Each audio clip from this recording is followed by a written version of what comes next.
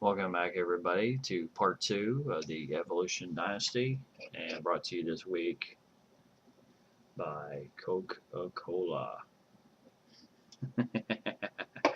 um, we left off with Utah State and Emma Frisk, and now we continue on with RYTY at 32 and his UTEP Miners. He's got that team going right now with he was coming into the matchup against Tulsa 8-2 on the season, and looking to continue the hot streak, just like Sox and Gators and H22 with their teams. And I think he just lost a little bit of perspective this week as he went up against a very scrappy Tulsa Golden Hurricanes team, and they just came up and bit him hard as he dropped that game 38-32 to Tulsa. So very tough game there. But I think the RYTY 32 can get it going again and get back on the schneid this week. This week he's got the ND Colts 79 and the Wyoming Cowboys, so that's going to be a tough battle for him there. And on the recruiting front, he landed two three-star athletes, so great job there by RYTY 32. And just in case I did not mention, for Emma Frisk, he um, landed two athletes at his school at Utah State, a two-star and a three-star athlete. So fabulous job by both users, Frisk and RYTY 32, for their great job. And that should be a heck of a matchup between UTEP and Wyoming. I've already had the pleasure of playing RYTY 32 this season, and that was a 7-point loss in a very tough 14-7 game. So who knows what this game is going to be like. I think it'll be close either way. So it'll be a tough game either way. Nevada Wolfpack with Danny Boy, 003. And all I can say is the man just knows how to get a team going. When he took over this team, they were 4-3. And he has not lost a game since then. He is 4-0 right now as a head coach of Nevada, and just doing an awesome job. He rolled New Mexico State last week, 44-16, with enough ease to just keep the Nevada fans happy. As a great job by him done this week, and they are off this week, so they get a well-deserved rest too, and try to get those boys going again. I'm sure he'll be hitting the practice fields too, and get that team back on the schneid. He did have two recruits on the target list this week, but they decided to go elsewhere. So, great job again by Danny Boy, 003, on a fabulous run you're having here. But you and I are right now we're, well, I can understand we're tied for second with each other with only one loss in conference play. Your one loss, what happened to me, my Hawaii Warriors, which that game was played before you took over as the head coach of Nevada. So who knows what will happen next season? It should be quite a matchup between you and me as Nevada and Hawaii and Boise State battle for the WAC title. So it will be interesting. And last but not least, Indy Colts 79 with Wyoming. And they lost a tough game to H22 and the Colorado State Rams, 34-17. And right now, Wyoming just does not have the talent level as a lot of the other schools do. A lot of these schools, guys have really done well with a lot of schools that they have.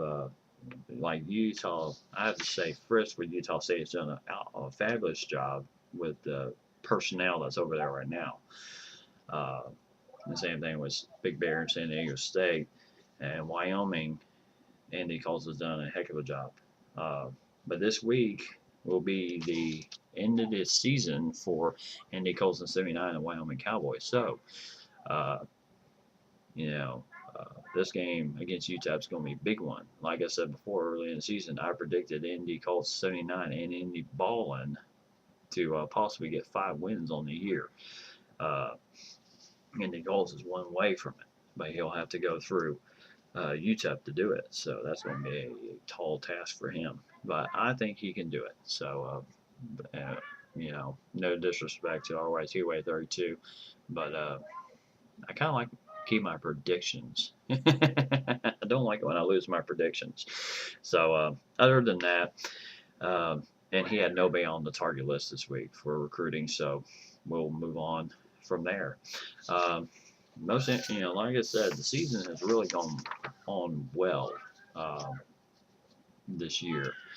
Um, my Hawaii Warriors are 6-4 coming into the next 2 games of the season. I got 2 games after this, and which I'll have semi 24 in the UNLV Rebels. Uh, but it should be an interesting year. Um, I've already I'm already bowl eligible with 6 wins, so I've already punched that ticket. Colorado State Rams and age 22, you've just done a fabulous job with that team, and of course with the talent level that is there, I can see why. It's a fantastic job, especially when you have the game opener against Colorado. That's always a tough matchup. So Louisiana Tech Bulldogs, Bob Jr., you just had a tough year this year with Louisiana Tech, and I know that you will get some hard recruits in there and get that team turned around. Hopefully next season will be a better year, be a better season for you. And the same thing for Rice House. No matter what happens at the end of this year, he's got a chance to either go 5-7 or 6-6 and become bowl eligible. So I'm kind of hoping for the 6-6, even though he's got to go through UAB and Indy Ballin. So San Diego State and Big Bear, you're 1 win away from 5 wins. That's one of my other predictions I predicted was try to get that 5th win, but he'll have to go through semi 24. And UAB, just tough year. They started out on a skid, 0-7 the beginning of the year, and he has done well. He's gone 3-1 since then. Um, but it's just been a tough year for Indy Ballin with that town, with the town levels being kind of gassed out of UAB right now. And Sox and Gators, I don't know what he's been doing with those boys, having them drink the fabulous Kool-Aid or whatever, but he's just gotten that team rolling right now. So fabulous job there. UNLV Rebels, they did have the big upset at CCU, so fabulous job by Semi 24. And he is 1 win away from bowl eligibility himself at 5-4. So we'll see what becomes of the game with San Diego State. So it'll be a tough matchup there.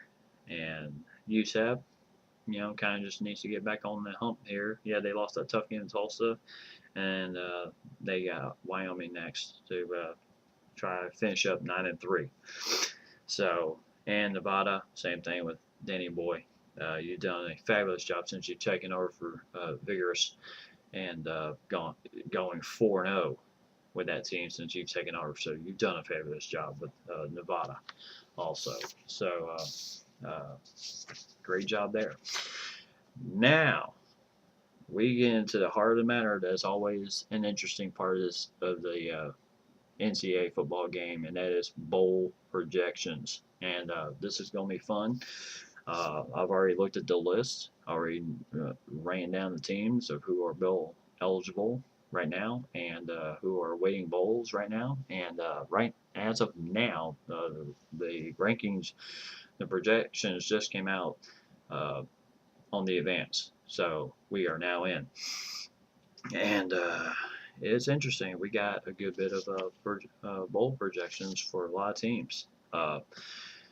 First bowl projection is the Emerald Bowl, and my team was picked, possibly that, and everything. And just to remind you guys, these are subject to change depending on how the season goes. So don't take this as, oh right, I'm going there, because they do subject to change on how the season goes. So, but as of right now, if the season ended today or after this week, then I would be taking my Hawaii Warriors to the Emerald Bowl in San Francisco to battle the Oregon Ducks. So that would be a very tough matchup, but I would have to contend with Oregon and that talent. They are very good. And Semi 24 and his UNLV Rebels, would possibly get the Independence Bowl in Shreveport, Louisiana, taking that road to Louisiana to battle Florida State. So that would be a tough game there too for a semi-24 UNLV if that holds true. The Las Vegas Bowl would invite Colorado State in H22 against Arizona Wildcats, and that would be a heck of a game there, as Colorado State would come into semi-24's backyard to play this bowl game. And then RYTY 32 would take his UTEP Miners coming to my home field in Hawaii for the Hawaii Bowl to take on Utah State. So that would be a very interesting matchup because that would end up being RYTY 32 against Emma Frisk and our first user of the bowl season. So I kind of hope that this kind of plays out and stays true, because that would be excellent to get at least one or two users in the bowl game. So we'll see how that pans out. But both of y'all would be taking your teams to my backfield, to my backyard in Hawaii to battle each other. And next would be Humanitarian Bowl in Boise. Notre Dame possibly will get the invite to come and play Danny Boy's Nevada Wolfpack. So Notre Dame versus Nevada, that would be an interesting battle there for the Humanitarian Bowl. Of course, they would. I'm sure Danny Boy would need some darker glasses to kind of contend with the blue turf of Boise, because I tell you, I felt like when I played on that field, I needed some glasses just to take the shine off of the blue turf. Good Lord, I can't wait till Boise comes to my backyard next season. And last but not least, Sox and Gators, UCF. Yes, they're getting heavily snubbed by the by the BCS and everything else, with them being undefeated. But they would possibly get the Liberty Bowl invite to battle South Carolina of the SEC. So Sox and Gators, UCF, possibly against South Carolina of the SEC in the Liberty Bowl. So all that would be very interesting if everything ended after this week. That's basically how the bowl projections would work at that point. But like I said, these are subject to change. So anything can happen in this league and in the season. So we just need everybody to finish strong and get that done this week. I did not see a timetable for the advance, so from I did not see any timetable for the advance on week 13. So the only thing I can say is get them in hard and fast. Make the commish proud, and let's do it, gentlemen.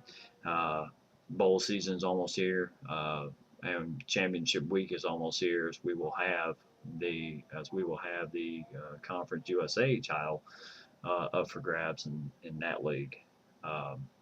Right now, Sox and Gators is leading the pack, but still he has to go through the championship game of the Conference USA, where the WAC does not have that. It's whoever finishes first. So, and I think it would be either Danny Boy, myself, against Boise State again if WAC did have a championship game invite. So, but that would be a long time coming if that does happen.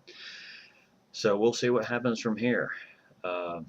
But yes, gentlemen, get your games in hard and fast. As I mentioned before, I don't see any time advance or any day advance for the next advance. I was not informed of any of such by the commish, and so just get them in hard and fast, gentlemen. Again, thanks for watching my show. I've enjoyed every part of this show. It's been fun.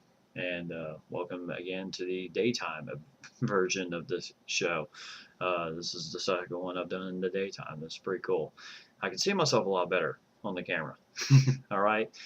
Have yourself a great evening and afternoon, and I will catch you guys later. Enjoy your game.